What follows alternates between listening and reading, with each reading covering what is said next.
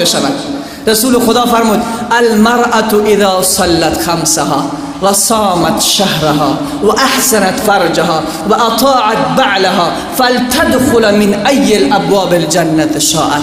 زن 4 کار بکند، 5 وقت نماز به وقتش بخواند، روزه ماه مبارک رمضان بگیرد و شرمگاه خود را از خیانت به شوهر حفظ بکند و 4م از شوهر خود اطاعت بکند. فلتدخل من ای الابواب الجنة شاءت. از کدام دروازه جنت که میخواهد وارد جنت بشود. این جایگاه یک زن فرمان بردار در اسلام است. من قبلا گفتم اگرچه شوهر ظلم بکند ولی باز هم زن اطاعت از شوهر خود بکند. اگرچه پدر و مادر ظلم بکند به سر پسرش، باز هم پسر اطاعت از پدر و مادر خود بکند در امور مشروع، در اموری که شریعت فرموده است.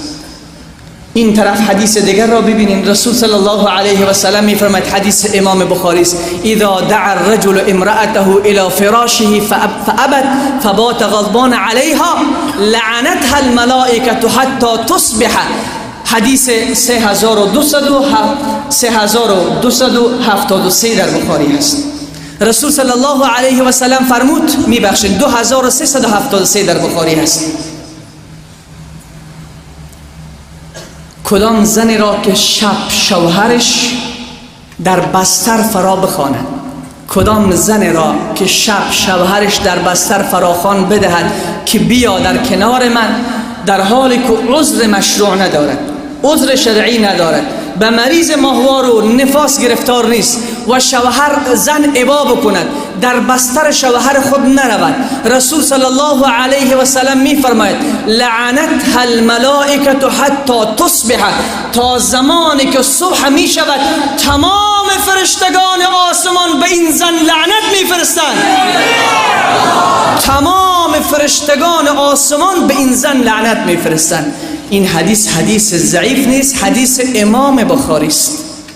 اگر زن را فراخوان داده می شود، رسول خدا فرمود اگر سر شتر از، در حدیث دیگر می آید، اگر سر شتر از شوهر قضای حاجت می خواهد از زنش، باید زن اطاعتش بکند، از سر شتر پایین شود. حتی اگر سر تنور است که نان داخل تنور است، اگر تنور را رها کند نانها می سوزد، باز هم رسول خدا می فرماید تنور را رها کند تمام نانها بسوزد، چرا مال شوهر سوخته، از شوهر خود اطاعت بکند. این است فرمایش دین در اطاعت شوهران، این است فرمایش دین و خواست دین از خواهران و مادران.